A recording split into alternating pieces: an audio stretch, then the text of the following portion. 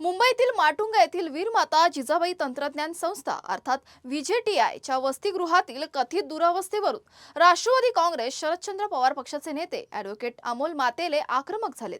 अमोल मातेले यांनी व्हीजेटीआयच्या मुलामुलींच्या वसतिगृहाला प्रत्यक्ष भेट देत विद्यार्थ्यांशी संवाद साधला आणि त्यांच्या समस्या जाणून घेतल्या। यावेळी वसतिगृहातील अस्वच्छता, मूलभूत सुविधांचा अभाव आणि प्रशासनाच्या निष्काळजीपणाचे आरोप करण्यात आले। वसतिगृहात निकृष्ट दर्जाचे पाणी पुरवलं जात असल्याचा तर वॉटर कूलर बंद आणि अस्वच्छ अवस्थेत असल्याचा दावा करण्यात आलाय। त्यासोबतच काही खोल्यांमध्ये क्षमतेपेक्षा जास्त विद्यार्थ्यांना ठेवलं जात असून वीज, पंखे आणि सुरक्षित विद्युत व्यवस्थेचा प्रश्नही उपस्थित करण्यात आलाय। स्वच्छतागृहांची दुरवस्था, गरम पाण्याची सुविधा नसणं, लॉन्ड्रीची व्यवस्था नसणं, अभ्यासिकांचा अपुरा वापर आणि परिसरातील अस्वच्छतेमुळे विद्यार्थ्यांच्या आरोग्य आणि सुरक्षेचा प्रश्न निर्माण झाल्याचा आरोप मातेले यांनी केलाय। जिम आणि इतर सुविधांसाठी मोठ्या प्रमाणावर निधी खर्च झाल्याचं कागदोपत्री दाखवलं जात असलं तरी प्रत्यक्षात या सुविधा बंद असल्याचा आरोपही त्यांनी केलाय। त्यामुळे संबंधित निधी आणि प्रशासकीय कारभाराची चौकशी करण्याची मागणी करण्यात आली आहे। विद्यार्थ्यांच्या समस्या तातडीने सोडवून दोषी अधिकाऱ्यांवर कारवाई झाली नाही तर विद्यार्थ्यांच्या हक्कासाठी तीव्र आंदोलन छेडण्यात येईल असा इशारा ॲडव्होकेट अमोल मातेले यांनी दिला आहे। वीर माता जिजाऊ व्हीजेटीआय कॉलेज नामांकित कॉलेज आहे, माटुंगा या ठिकाणी आहे आणि इथे मुलांचं वसतिगृहाच्या रूममध्ये आहे। या वसतिगृहामध्ये 8 ते 10 विद्यार्थी राहतात ह्या रूममध्ये।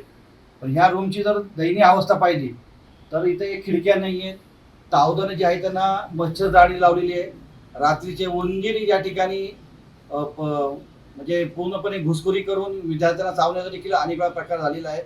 त्याचबरोबर 2च फॅन आहेत आणि विद्यार्थ्यांनी हा टेबल फॅन स्वतः विकत आणलेला आहे आणि ह्या रूमचं भाडं आहे महिन्याला 6,000 रुपये आणि ह्या 6,000 रुपयामध्ये एका विद्यार्थ्यामागे भाडं आहे।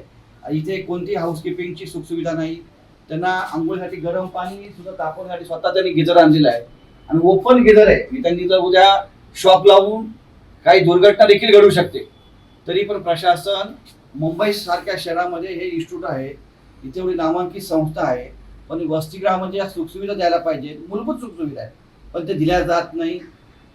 आता विद्यार्थी सांगतील आपल्या काय समस्या आहे। सरांनी जी आता समस्या सांगितली ती आम्हाला प्रत्यक्षात आहेत ती समस्या आणि पण आता अलॉटमेंटनुसार सगळ्या गोष्टी होतात पण आमचं अलॉटमेंट झाले नाही। पण आम्ही ना इथे आता नाईलाजानं म्हणजे आता राहतो आम्ही, कारण आम्हाला बाहेर घेण्याची म्हणजे तितकं कॉस्टिंग जास्त पडते पण तरी इथं आम्हाला तितके दिवस लागतं। जवळपास विथ कन्सेशन 4,500, विदाउट कन्सेशन 6,000 इतकं भाडं आम्हाला द्यावं लागतं इथं आणि बाकी प्रॉब्लेम्स आहेत। तू सांग।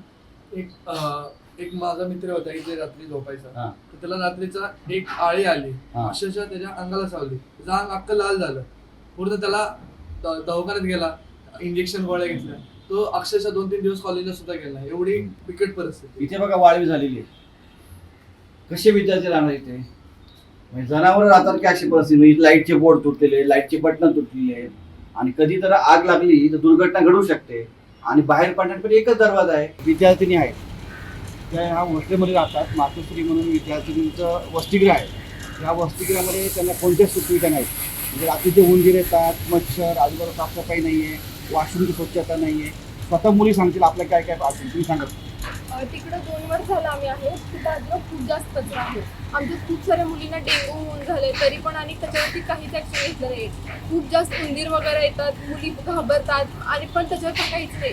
स्वतः मी खूप एक्सपिरियन्स केला, आमच्या रूममध्ये 2-3 उंदीर मरून पडलेले, तेव्हा पण ते येत पण नाही। जे आंटी साफसफाई करतात ते पण म्हणतात उद्या येते उद्या येते, आम्ही कसं काय ते हँडल करणार। वॉशरूमचे पण खूप जास्त वॉशरूम बंद पडलेत, ए ब्लॉकमध्ये वॉशरूमची कमतरता आहे, ते मुली रोज सकाळी ई ब्लॉकमध्ये येतात, आम्हाला थांबावं लागतं की त्यांचं ब्रश होणार मग आम्ही करणार, मग कॉलेजला पण उशीर होतो खूप जास्त आणि स्टडी रूम बिलकुल नाही आहे। लायब्ररीचे पण टाईम 5 केले आणि आता मुलींना हॉस्टेल कमी पडेल, जी लायब्ररी होती त्याला पण गर्ल्स हॉस्टेलमध्ये कन्वर्ट केले, मग रीडिंग रूम नाहीच आहे।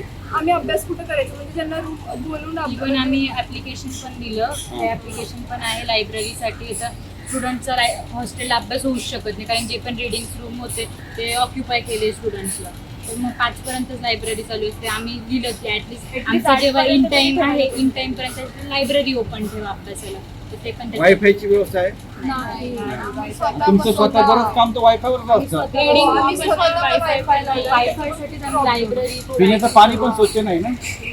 2 वर्ष झाले सर इग्नोमध्ये कुठंच वॉटर फिल्टर नाही. आम्ही रात्री म्हणजे पाणी पित नव्हतो. सकाळी मेस चालू झाली की खाली पाणी भरायचं आणि मग आता 1 महिना झाला. आणि भिंती पण लिकेज हो.